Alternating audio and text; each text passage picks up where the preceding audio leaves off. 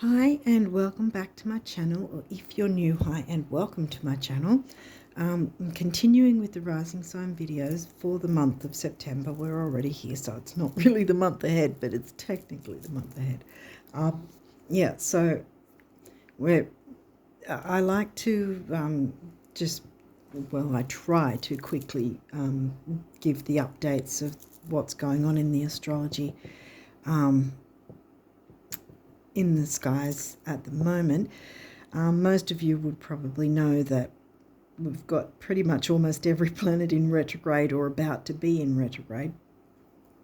And I did confuse things. I can't remember which readings or which rising signs the last couple of months actually got one of the eclipse cards. And I don't want to go through to find which ones they were, but I remember saying that I thought the eclipses weren't going to happen until later in the year, like in December. But I mixed it up because in December, Jupiter will be stationing direct after his retrograde. So that's what's happening in December. And the eclipses are actually next month in October. And the first one is the solar new moon eclipse around, I think, the 14th or 15th. Excuse me. In the sign of Virgo. It's probably going to be in mainstream tropical. We'll say it's in Libra, but it's going to be Virgo. And then 2 weeks after that will be the lunar full moon eclipse in the sign of Aries, which again, mainstream or tropical will probably say it's in Taurus. But yeah, because the topocentric true sidereal shows the visible sky and the actual size of the constellations. That's why I'm saying, well, the actual signs are this. But why I mentioned next month's eclipses is because if you're not already familiar with it, it's not just the time that the moon phase happens in itself around, mid-October, when the new moon eclipse, the first one, will happen, but there's the same as with retrogrades. There's a pre-shadow phase pretty much, and then the actual time the event happens, and then a post-shadow phase. So right now we're in the pre-shadow phase of both the new moon and the full moon eclipses, because they're 2 weeks apart in October, even though it's September now. But we're already, because of the 3-month either side thing, we're already in the doorway of both the new moon and full moon eclipses. So we're working with these energies already. And this can work in our favor if we're open, and sometimes eclipses can be really, really helpful if we're willing to be honest with ourselves about any changes that need to be made, or if there's something we're holding on to that's sabotaging us in some way, for instance, something or someone, maybe a bad relationship that we know we should get out of, for instance, that sort of thing.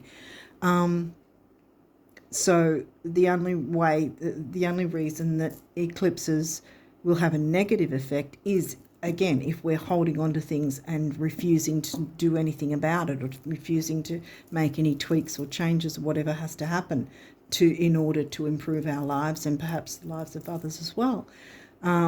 So that's when the eclipses will come in. If we haven't made any effort to look into that and do the work, then the eclipses, if they were, I like to say, if there was an entity, if they were an entity of some kind, then they would, when they came along, they'd see that we weren't doing the work and go, right, I'm going to pull the carpet from under you, and then here you go with a tower moment, pretty much.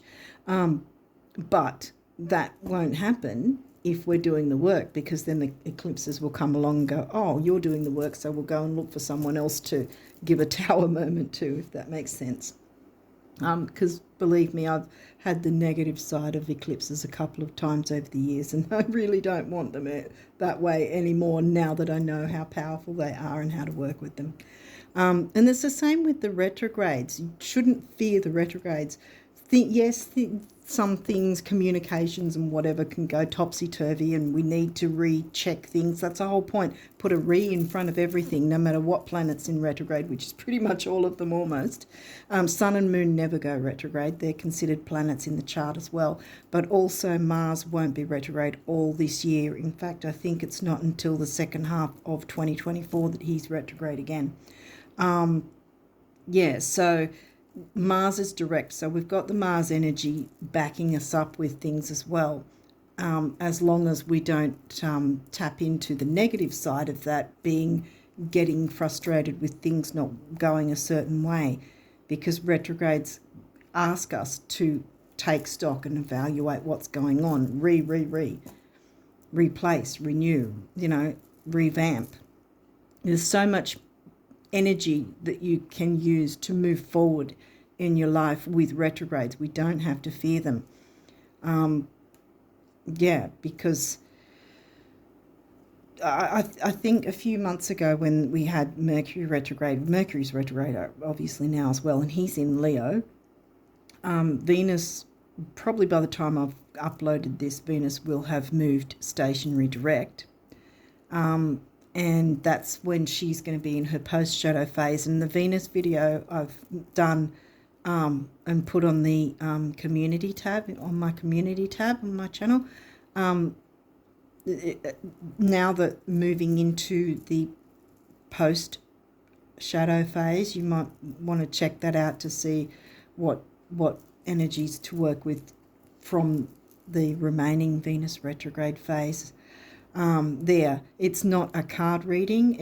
I show the charts and I explain it all. It's not difficult to follow, and I've got plenty of timestamps so you can just jump into the bits you're interested in, not have to watch the whole thing because it goes for, I think, over an hour. I did it on my desktop and not here at the table. So what else? When Venus stations direct out of her retrograde, Jupiter's pretty much straight away going to move into his retrograde. He's going to station retrograde, and he's going to be moving into the sign of Aries, or he'll be in the sign of Aries retrograding. So again, Jupiter, expansion and growth. Doesn't mean we won't have expansion and growth.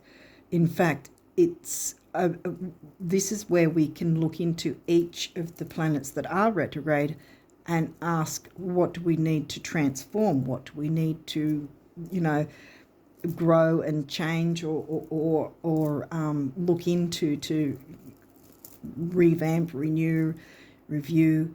Again, I hark back to a few months ago when the Mercury was retrograde before, because we always hear, as soon as, mainly with Mercury retrograde, you'll mainly hear it. Don't sign contracts, don't enter into new relationships, don't do this, don't do that. We can't hide in a cave the whole time until all these retrogrades pass, because it's pretty much been this whole year. So the thing is, as I've used the same sort of analogy, if your house is falling apart or your car is falling apart, but you go, I can't do anything about it because it's Mercury retrograde, when in fact that's exactly why you should be doing something about it, because that's when Mercury wants to support you and go, yes, let's go looking for a new house or a new car. Let's get that loan because it's going to improve and better your life and perhaps others as well. The only reason things won't work, whether it's going into a new relationship or signing a contract about certain things, if we're going into it from ego, where we're either wanting to get something brand new just for the sake of status rather than improving the life, in genuinely improving your life and perhaps others, if we're going into it that way, or we're going into a new relationship with specific ideas of what we expect, and we're very rigid and don't want to grow and change and evolve within that relationship, whether that's romantic or business, then it's going to fall apart because we're not open to the growth and change over time. And that's where, see, the retrogrades, that's what happens when you go into something during a retrograde, then it will evolve and grow and change over time. And if you're not willing to have that happen, that's when, or if it's not you but the other person, if they're not willing to have that happen, then that's where things will fall apart. Again, whether it's romantic or business or whatever. So it's about even the eclipses. Like I said, if you're not, if we're not making an effort to do our best to, sometimes we have to be brutally honest with if there's something that that's holding us back, that's sabotaging us in some way, but we're not letting it go. Sometimes we have to be brutally honest and go, okay, we've got to do the work, we've got to let this go, we've got to move forward, we've got to open the way for better things to come. And then obviously the eclipse will come along and we won't have any issues because we've done the work, and the eclipses go, toddles off to somewhere else because they don't have to do anything because you've done the work, if that makes sense. So, and it can usher in so much new and good energy. That's the thing about working with retrogrades and the eclipses. There's so much on offer that we do not need to fear it. I mean, and again, like I said, we can still have some communications go wonky or whatever, or something be misunderstood, or, we can't, life happens, I guess, or maybe an appliance breaks down or something. We can't always know everything that's going to happen, but if we have at least some measure of understanding that, okay, things might get a bit topsy-turvy, we might have to sort of slow down and check things a bit more thoroughly, or watch what we're saying, how we're saying, and how it might be interpreted by others. If especially if someone else is not concentrating, like it might not be you yourself, it might be someone else who might be frustrated with something else, and then they take things the wrong way. So it wasn't actually you, it was the other person. So taking a step back to see if it's us or someone else, and if sometimes taking a step back isn't so much about giving ourselves a breather as it is giving someone else a bit of a time to settle down and work through their own thing, so that when you go back to whatever you have to deal with, it's in a more peaceful way. Because again, Jupiter's going to be in Aries. There's a lot of fire energy going on, and there's the if we're all frustrated and confused and angry about things that aren't working, then if we're needing to communicate with someone, we're coming at it from the wrong perspective. And like I said, if it's not ourselves but it's someone else, then again, take that step back if we're able to, and then, if we need to deal with it, then deal with it a bit later when things are more settled, and you'll probably find that really that it will work better for you and the other party if that's something that's going on. I think I've explained enough. Chiron's also in retrograde in Pisces. So we've got all these planets in retrograde at the moment.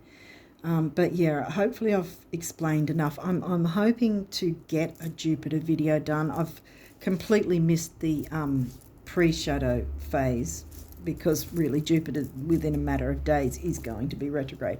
But so I'll be making, if I can get it organised quick enough, I'll be making a Jupiter video for the retrograde phase and the post-shadow phase, and that'll go in my community tab with a bunch of timestamps as well. So again, it's not going to be a card reading, it's going to be showing the charts and running through what that means for each rising sign and so forth, and the energies that'll it'll be bringing up.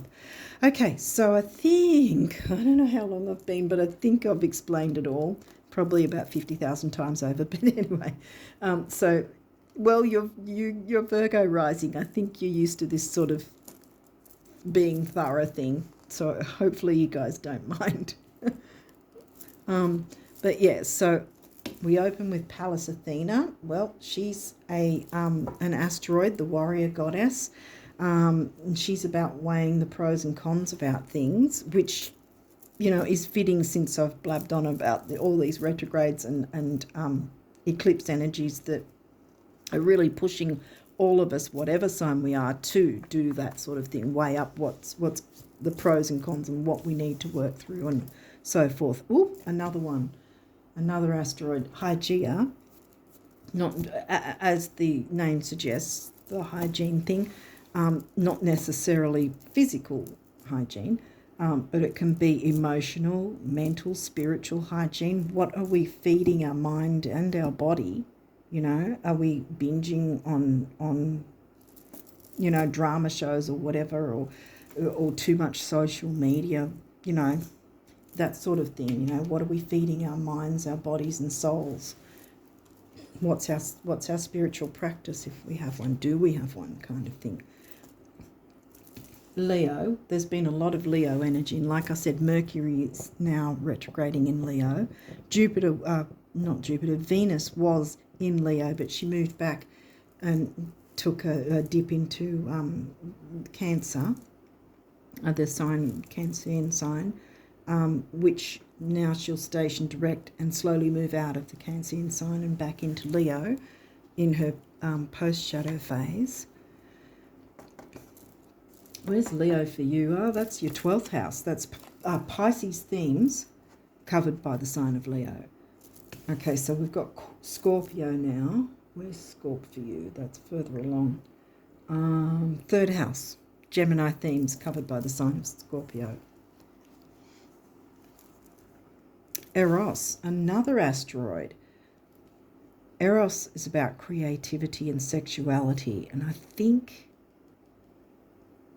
it's also about sort of watching if there's any, making sure there's no flared tempers on either side, which is probably why I mentioned what I mentioned a minute or so ago, that it might not be you per se, it might be someone else that might be sort of with a short fuse. In that instance, then see if you can take a step back and distract yourself with something else so that neither of you are reactive, and that person can then cool down, have time to cool down and work through whatever they have to work through, and then you can go back to it later when there's more peace and calm. Pisces, talking about peace and calm, another water sign. See, they're both water. Where's Pisces for you? That's Pisces is your descendant, 7th house. Then because your ascendant, your ascendant is you, your rising sign, right? And right across from the other side is your descendant, which happens to be Pisces, your opposite sign. And no matter what signs we are, the idea is to try and balance those throughout our life, our ascendant with our descendant, the same as with our work life and our home life, MC, IC. See? They will line up as well, and so it's like the work-home life balance sort of thing through life. That's another thing we have to strive to balance, no matter what signs we are. Cancer, you've got the whole 3 water signs. Excuse me for the reaching thing. Wow, where's Cancer? Cancer's in your 11th because Leo's in your 12th. Yeah. Okay, so you've got 11th, which is Aquarius themes. The community house, you could say, the Aquarius themed community and all that sort of thing, and like internet, communications, electronics, that sort of thing, and it's covered by the sign of Cancer, home and family.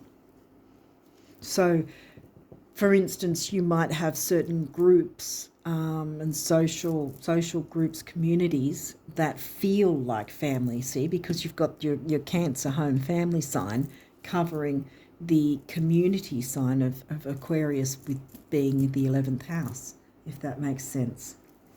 That's how the chart works. Okay, Saturn. Well, Saturn's also in retrograde. In fact, Saturn is retrograde in Aquarius. The part of you that accepts challenge to gain wisdom.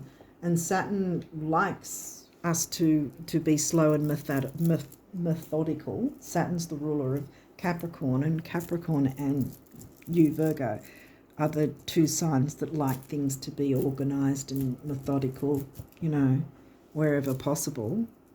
And Saturn's happy if we do that. So there you go. You've got that in your favour because you're already Virgo, so you know how to do that.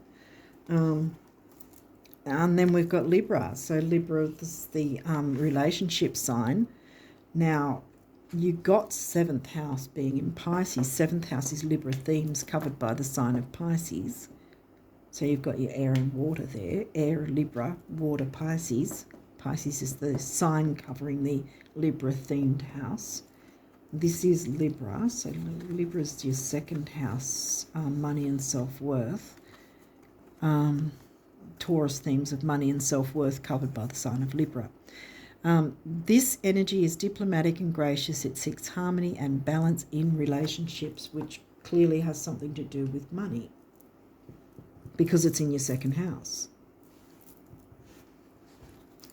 Okay, so there's a lot of signs, though. There isn't any particular houses so far. I mean, the signs are obviously covering certain houses, but apart from the asteroids, it's just a bunch of signs. All water, 1 air, and 1 fire. This is the first planet we've got. There might be a significance to where your Saturn is placed, what house your Saturn is placed in, and what aspects, whether it's a square, conjunction, trine, sextile, and so forth. 4th house, well, that's home and family themes, the Cancer themes. Well, 3rd house was Scorp, so 4th house is Sag. Okay. Home and family covered by the sign of Sagittarius, which likes expansion and growth. And hello, Jupiter, which rules Sagittarius sign, which covers your 4th house. The numinous mystery. Oh, this is about your ESP. See how I said there was water signs coming through? All the water signs coming through. So, you know, ESP and mediumship and all that sort of thing. Might be something that you need to make use of in some way, in a methodical, balanced, slow, but you know, the thing is, even though Saturn likes things to be slow and methodical, one step forward is still a step in the right direction. So to not allow ourselves to get frustrated because of all the retrogrades, but no, if we're moving forward, even if it's a bit slower than usual, it's still moving forward. It's still moving in the right direction. 5th house, Leo themes, passion. Okay, where's 5th house is... Oh, 5th house is Capricorn, which is Saturn ruled. So we're getting the connections coming through again. Sagittarius, where's Sag again? Sag came through before. The Voyager. 9th house themes. Didn't Sag come through before? I thought Sag came through. What's in your 9th again? Taurus is in your 9th. No, I must have just thought Sag came through. Yeah, I think it's just that I was talking about Jupiter. Wait, Sag is in your 4th house. Right, got it. Yeah, that's the connection. Sag covers your 4th house. Because I was like, the 9th house hasn't come through, but the 4th did, which Sag is covering. And here, see, 11th house. Now, 11th house themes, was that, no, it wasn't Pisces, it was Cancer, yeah. See, the edge. And see the technology and the community idea. Opposition, okay, this is an aspect, and like I was explaining, remember when I said about it's not showing you. When I said about your ascendant on the left and then your descendant on the right and balancing them over our lifetime, learning to balance no matter what signs we are, and then the MC work life, IC home life, the same thing, balancing work. So opposition, it's saying that balance, obviously. So it doesn't, even though it can be seen as a difficult aspect. Oppositions and squares are generally seen as difficult aspects, but there's also, like I said, there's the positives of it as well. It's not always a negative thing. And I think this is just a matter of you balancing, which you got the balancer sign, Libra, coming through, covering your second house. So I think you guys are going to be fine to balance whatever these energies are that are coming through. Creativity, lots of water, Sag as well. So there's a bit of fire, but you haven't got Aries, because there's Sag and there's some Leo.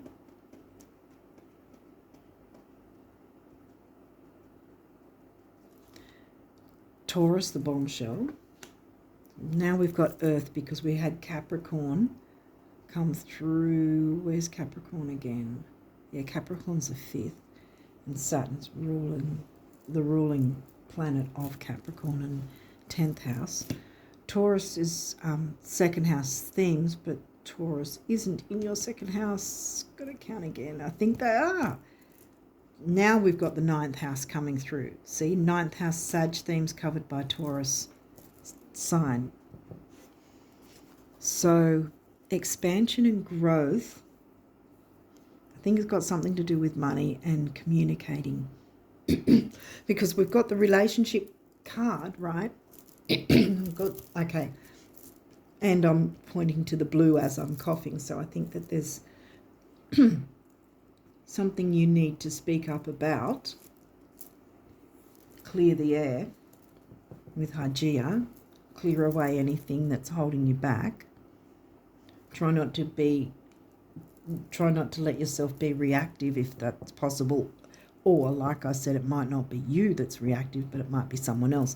And so sort of try to take that into account. If you feel that someone's a little, on edge, then sort of step away where you can and give them that breather. Yeah, but there's some sort of communication, community that feels like family that you're finding a balance with. Because see, here you go, see?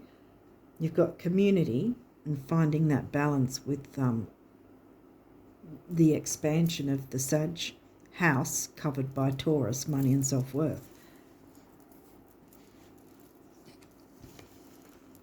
Scorpio, the animal. So dare to be you.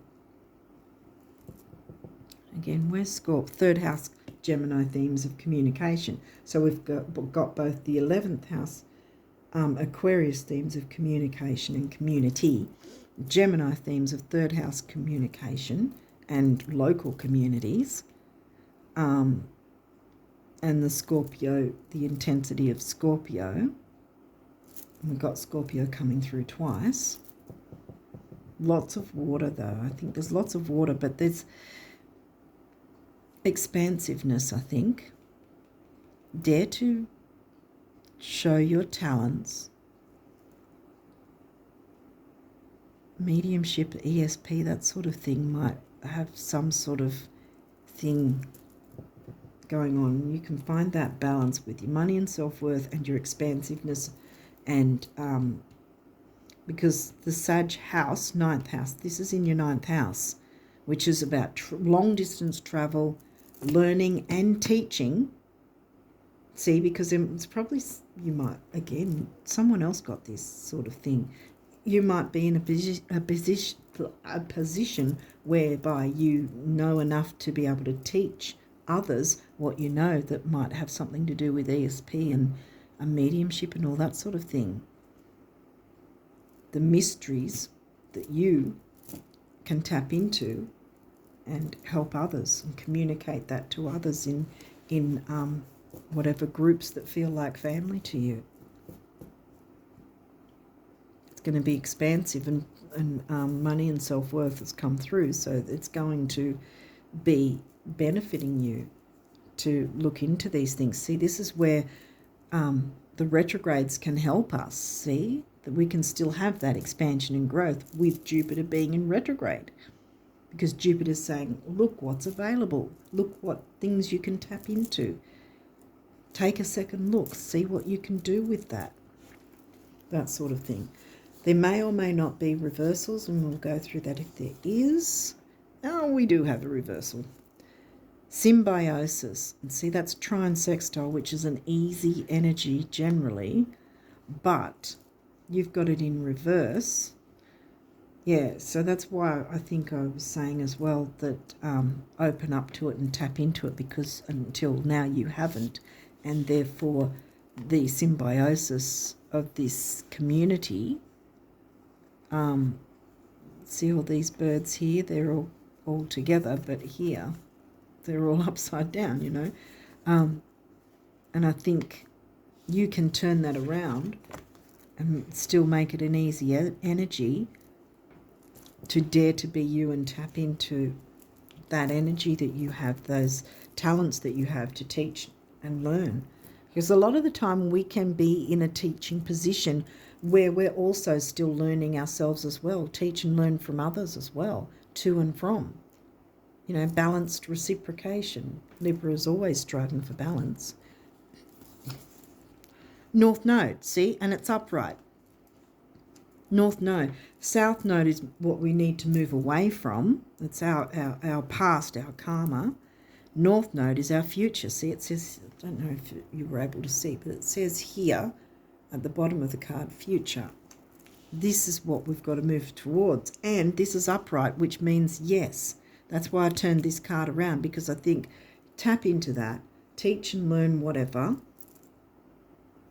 Dare to be different, dare to be you and show your talents, because it's needed.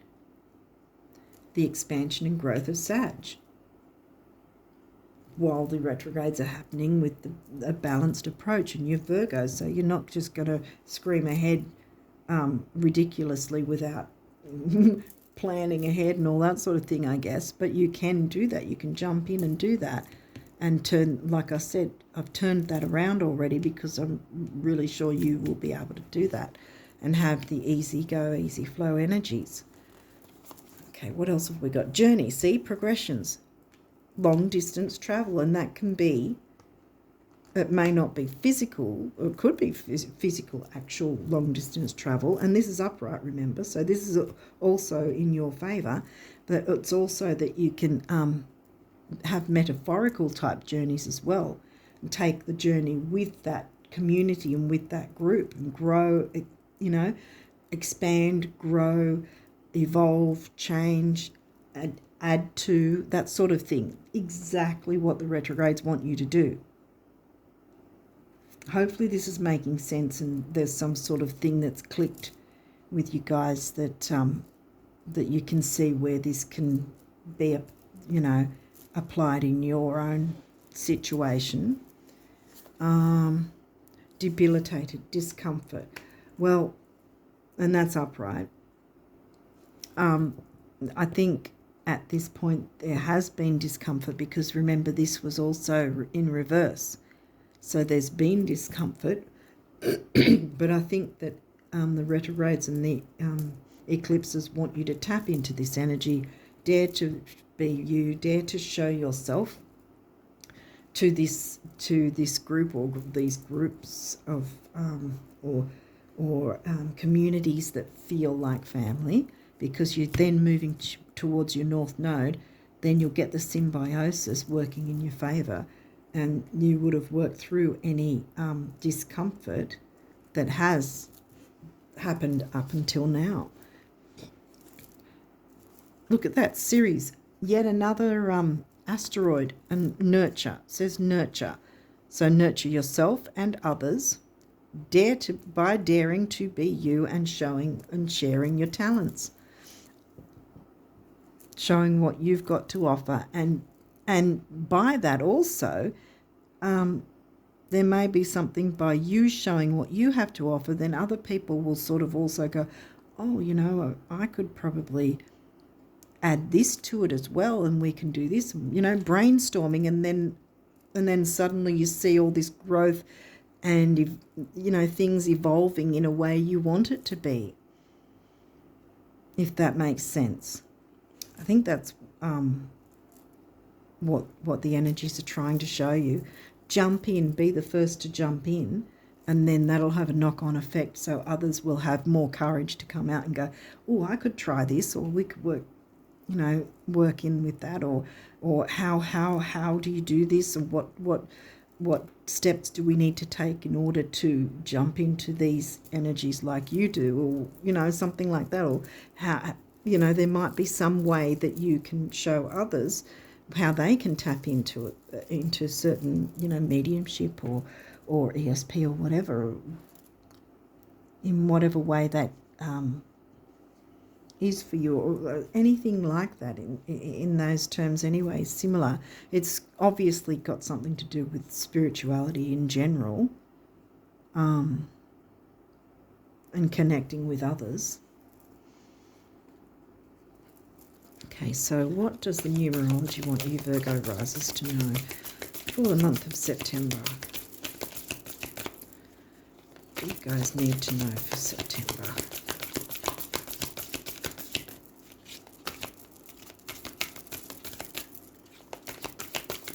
Numerology for September. Yep. What's that?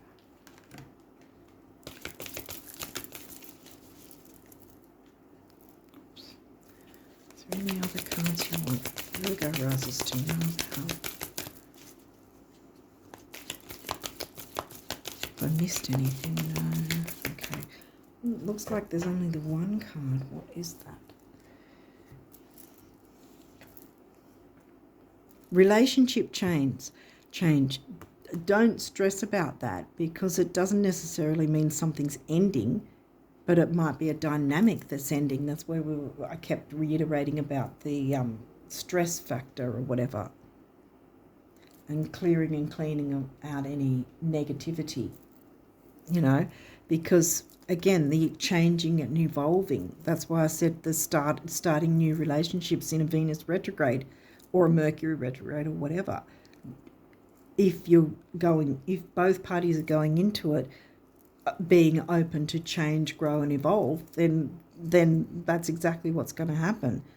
It's when people aren't wanting that then it's very unpleasant, because it doesn't continue, because, you know, if one side, you know, if the energies are wanting growth, expansion, evolving and changing, while, you know, the actual one or both parties don't want to do that, then it's going to not work.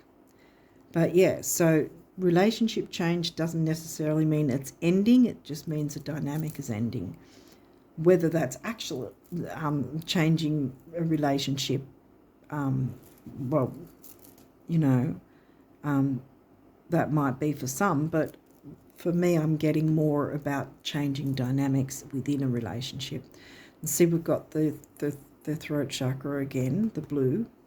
Remember when I had that coughing thing going on. And the heart chakra, green. 5 is freedom.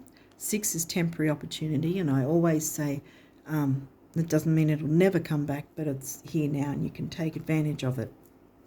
5 and 6 is 11, which is a relationship number. Here we go again.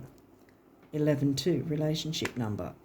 So definitely something to do with relationships within communities and groups that feel like family, communicating. Yeah, brainstorming. I've got open yourself to brainstorming with others in a peaceful way, you know.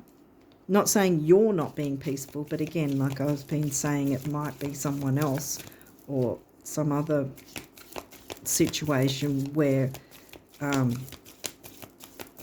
that side needs to find a way to be more patient and peaceful. And you might need to give them time to do that so that things can work in, win-win outcome for both, each side or whatever. But yeah. So what does the universe want you to know about abundance for September? Virgo rises. What's the abundance messages for September? What do we need to know? Really? Wow. Okay. This is pretty quick then, isn't it? Okay, which way it goes here? The snow. Trees, so there's still growth even in the cold. See, the cold with the negative that you need to change. Again, it doesn't mean that an ending of a relationship, but it looks like some sort of dynamic needs to end because there's nurturance still here too, see? And this says, "Psst, it's me again, the universe. You deserve more." Much more. Try this. Stop trying to predict and therefore limit what it's going to come from or where it's going to come from. Just know it's going to come and let me figure out the rest. Coolio, the universe. And that's a hard thing for a Virgo to sort of go, let go and let flow. That is probably also why this was in reverse. Remember, it was in reverse because it's going to take a bit of patience to let go so that then you can turn that around and it will be an easy go, easy flow aspect for you then. Because there's a lot of nurturance coming in as well. Creativity, passion, nurturance. Communicate that. ESP, mediumship perhaps. What do the guardian angels want you guys to know for September? Wow, there's a few. Any more or are we done?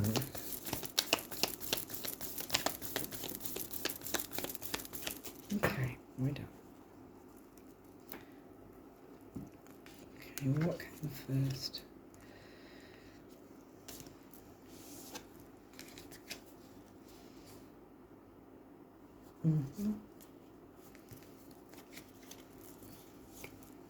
Prayer. Dear guardian angel, help me to be flexible in my attitudes and beliefs. I'm telling a Virgo to be flexible. I'm laughing because I have a lot of Virgo in my chart, so there's no shade for you guys because I know how it feels. I mean, there I am trying to get everything just so. Help me not to fear the transient nature of life. Help me to remember the eternal light which emanates from my soul and the eternal light which emanates from the heart of every living thing. Help me to remember that I am eternally guided and loved by God and all creation. Exactly, yes.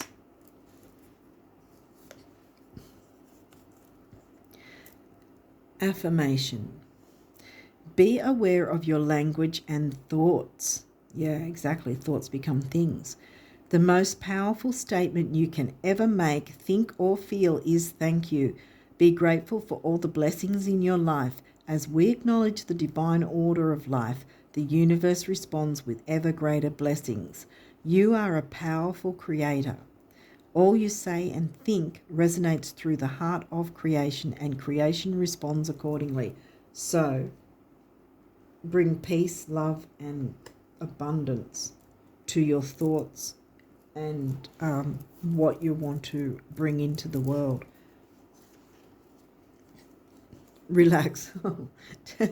Telling a Virgo to relax. Oh my goodness.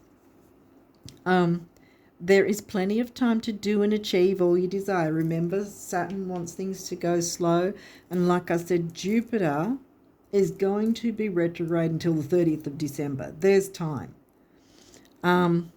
Place your hands gently on your heart and allow your breath to guide you to a quiet space within.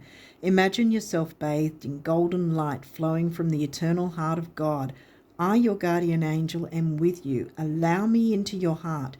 You will accomplish more by focusing on that which is most important in life, love. And that's self-love too, because didn't we get money and self-worth come through somewhere? I think we did. Because that's Taurus themes. We had Taurus come through as well. Yeah, Libra's in your second house. Opportunity. Wondrous possibilities and opportunities await you. Stop dwelling on past mistakes. Surrender the past lovingly. There is nothing to regret. All is always in perfect and divine order. Everything that you've ever experienced has helped you in some way. The past is behind you. The path ahead is clear. Move forward joyfully and fulfill your heart's desire. Yes, and see, that's right on series. Nurture. Nurture yourself as well. And then we have love. Self-love and expressing love, giving and receiving, balanced reciprocation, like I said. Giving and receiving love abundantly, from both sides. Negative thoughts and feelings are sabotaging your pursuit of happiness. See, clear them away with Hygeia and Eros. We, your angels, are here to help you heal. Allow our healing light to flow through you, yes, and flow through your heart. Consciously infuse each negative thought. See, here we go again, working out those negative thoughts and getting rid of them. Consciously infuse each negative thought or feeling with love and light. Feel both your heart and mind aligning to your soul's sacred purpose and unleash your divine potential through the power of love. Yes. You don't need to stay debilitated and uncomfortable anymore. Step into self-love and giving and receiving in a balanced way. So I think that's the energies you've got to work with. And I've got that upright because I really think that that's going to happen, because it's right next to the North Node. So you are moving ahead. This is upright, remember. This is your future. You're moving into your future. Let the universe figure out what you might be having trouble figuring out, and you're probably having trouble figuring it out because the universe is supposed to figure it out for you, not you, if that makes sense. Tap into the retrograde and eclipse energies because they want to support you to expand. Remember, we've got the Sag expansion and growth, the Leo passion, creativity, along with Eros, creativity and passion. So yeah, just clear away whatever's sabotaging or holding you back. We got sabotage in here somewhere as well, didn't we? There was something about, here, right, this last one. Negative thoughts and feelings sabotaging your pursuit of happiness. The sabotage has to go. This card turns around. Then you've got your trine sextile symbiosis with others, connecting and communicating in a balanced, peaceful way. And brainstorming, bringing through some really great things, for all parties to have involvement with and evolve, grow, change, expand, or in a good way for the benefit of you and others. Hopefully this makes sense to you, and hopefully you can see where this applies in your own lives. I really hope so. But yeah, you've got lots of opportunity coming in and lots of support from the retrogrades and the eclipses. So don't fear any of them because they're here to support us. And you've got a lot to look forward to. So on that note, I wish you all the best of luck for September and onwards. And until next time, bye for now.